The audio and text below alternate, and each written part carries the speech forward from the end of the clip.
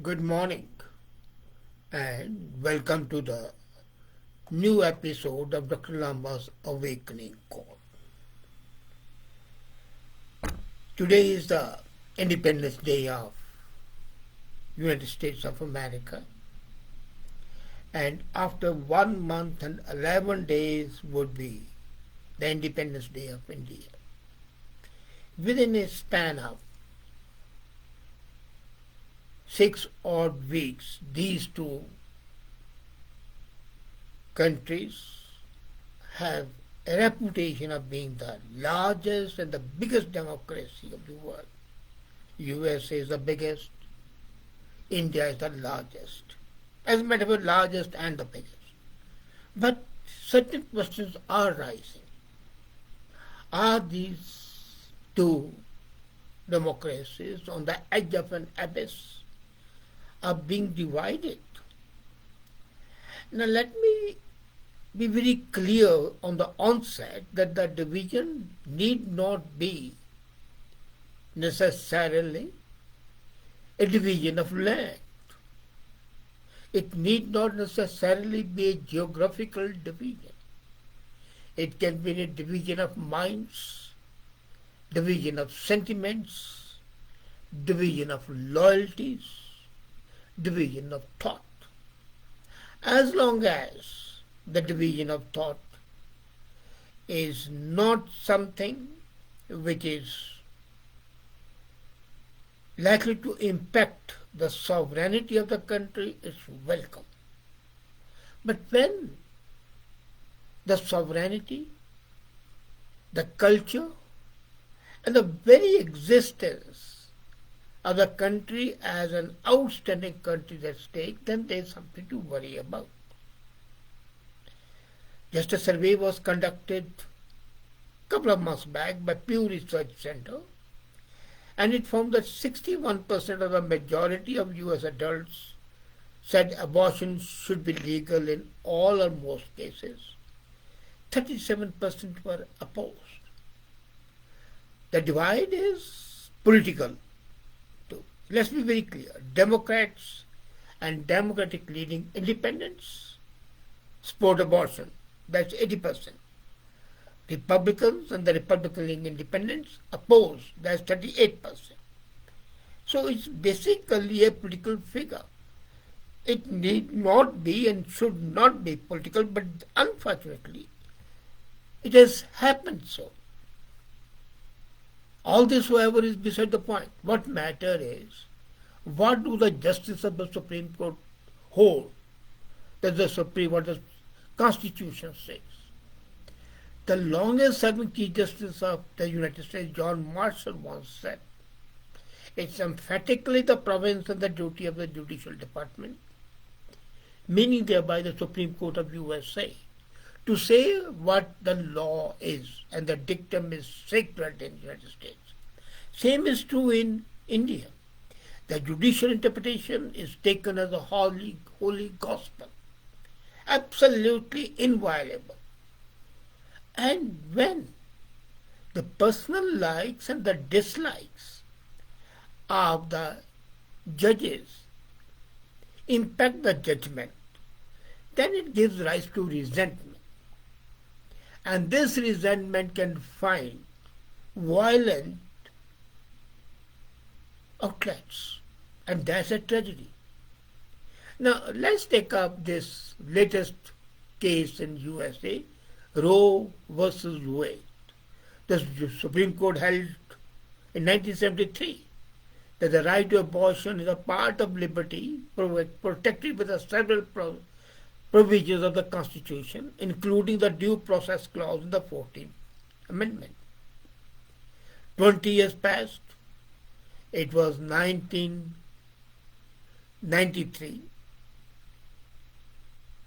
In a Planned Parenthood of Southeastern Pennsylvania versus Casey, the Supreme Court reaffirmed this, and people thought that everything is going to be honky-donkey. 3 generations of women have lived with the right to abortion. June 24, 2022.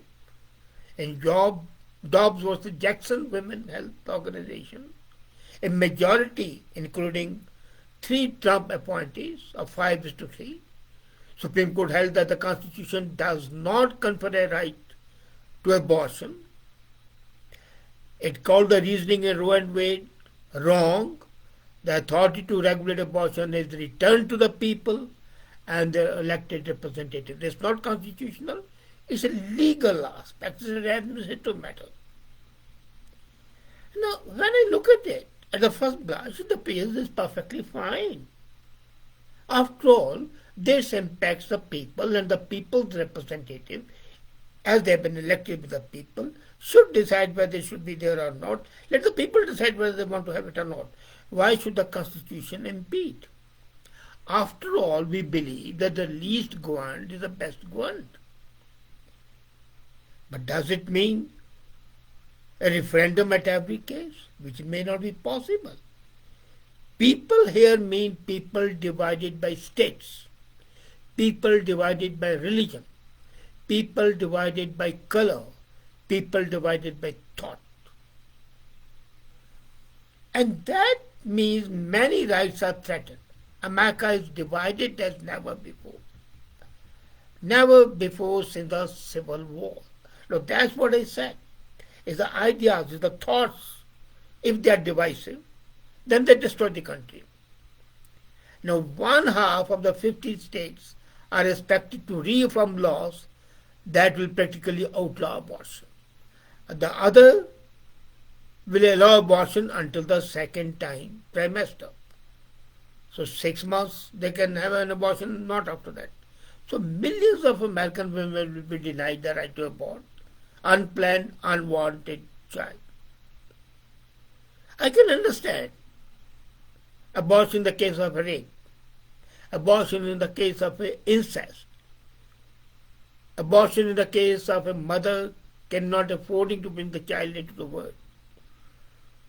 But the Supreme Court judgment has really shocked many. I'm not sitting in judgment over here. But the right to privacy is not mentioned in the US Constitution. Imagine it. And yet, all courts and politicians are up in arms to protect the right of privacy. Why? No Constitution and nobody till now has thought of amending the Constitution to include right of privacy as a fundamental right. Racism and racist discrimination are embedded, deeply rooted in the American history and the American tradition. Sexual relations between two people of the same sex would be criminal offense in case this new judgment of the Supreme Court is allowed to have. So, I'm amazed that the judicial interpretation of a political issue is dividing the country. Now, on the other side, the Supreme Court of India. When the judges of a Supreme Court of India issue orders for the arrest of the people, directly or indirectly, in the case of Tista Stilawat, it was a direct order, practically, that those people who are involved in it should be prosecuted and brought under law. And that gives a police a right to arrest them justified. Tista is arrested, the former Director General of Police of Maharashtra is arrested, and so on and so forth. Sorry, Gujarat. So what's wrong with that? And then Supreme Court, in case of litigant, says that she should apologize and why has FIR not been registered against her, even when she had been issued a notice 18 days before the judgment of the Supreme Court. And now the judges would say that the reaction at the social media is unjustified. Why? Are they demigods? Are the judges beyond any criticism? They are not. Yes, they are protected by not being people not being contemptuous, not of them, but of the judgment. The judges have got to realize that they carry a great responsibility. And that's why during good old days, judges were not supposed to mix in the public. They were not allowed to hold press conferences. They could not even go to social events. With the result, they were insulated. Now, in America, for example, jury, when it is there in session, is not allowed to have an access to the newspapers, to the television, so that their thoughts are not impacted. And here judges are enabling that. And that causes the resentment. The liberal versus conservative thoughts in India. Lynching, whether by the majority community or by the minority community, are equally bad. And we have seen that the government have taken action sometimes which is undesirable. And it's the responsibility of the judges that they should not be such judgments or such actions by the government should not be tolerated which are divisive. The actions of the government in many provinces of India are divisive. On the one side is the division likely to be created with majoritarianism. On the other side is a division being created by the violent minorities. Both are equally harmful for the country. Same is in USA. Whether it is abortion, whether it's gun rights, whether it is unrestricted immigration, they divide the country. In India, the division is likely to be the language reason. Why should Hindi not be in the language? Why should it not be? It was decided long back that India has 26 national languages, but the link language would be Hindi, and for the meantime, it would be English. Absolutely fine. Okay, 75 years you had English. Well, continue with English for more 50 years, 100 years, as a link language. But the national language, you cannot deny the right. And yet, to arouse subnational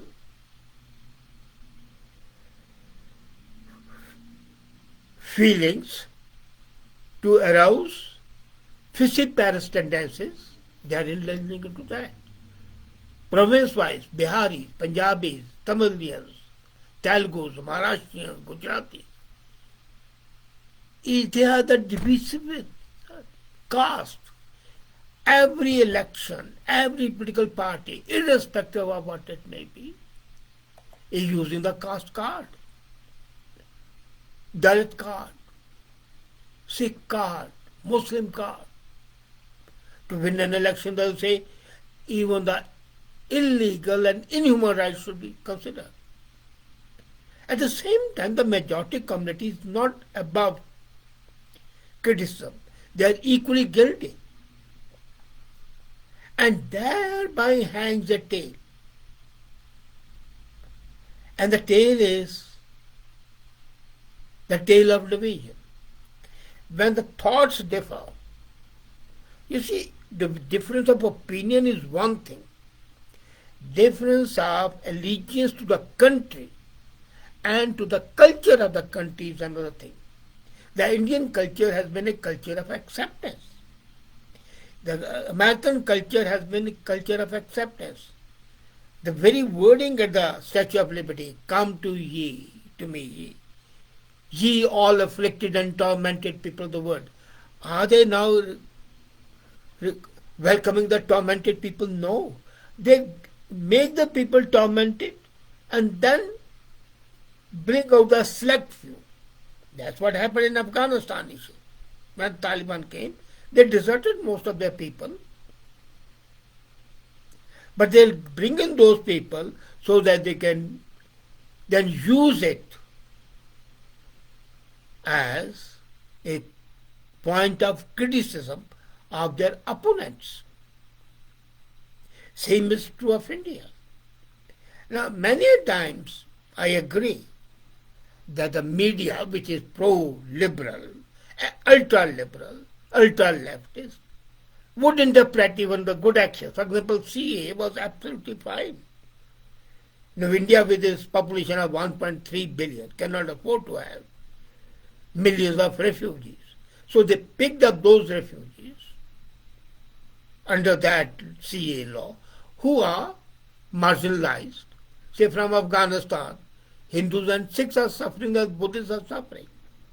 Same is in Bengal, same is in Bangladesh, same is in Pakistan. So they said, okay, from these countries where the minorities suffer, and that doesn't include Hindus, that includes Christians, that includes Buddhists, that includes Jains, that includes Sikhs. So they will be given preference. So what was wrong with that? And then it was thought to be an attack against Islam. You see, Muslims would have been attacked if it was against the Indian Muslims. But then, things are taken up to divide the country. And then, the worst thing was when I read the news that in Khargaon in Madhya Pradesh, in one city, they have divided, in Khargaon, erected a wall 12 feet high to separate Hindu area from the Muslim area. Baniyawadi and Miyawad. The Muslims, Miyawad, Hindus, Baniyawad. So it's wall separation. And this wall is symptom of the division of the country. As Roe and Wade, now if the judicial judgment has been there, the informed reasoning should say, okay, accept it. Maybe time would come when this judgment would be overturned. And that would be a cool way to deal with it and then say, okay, judiciary's judgment is sacrosanct, we accept it. But no, right from the president downward, all democrats are set on dividing the people.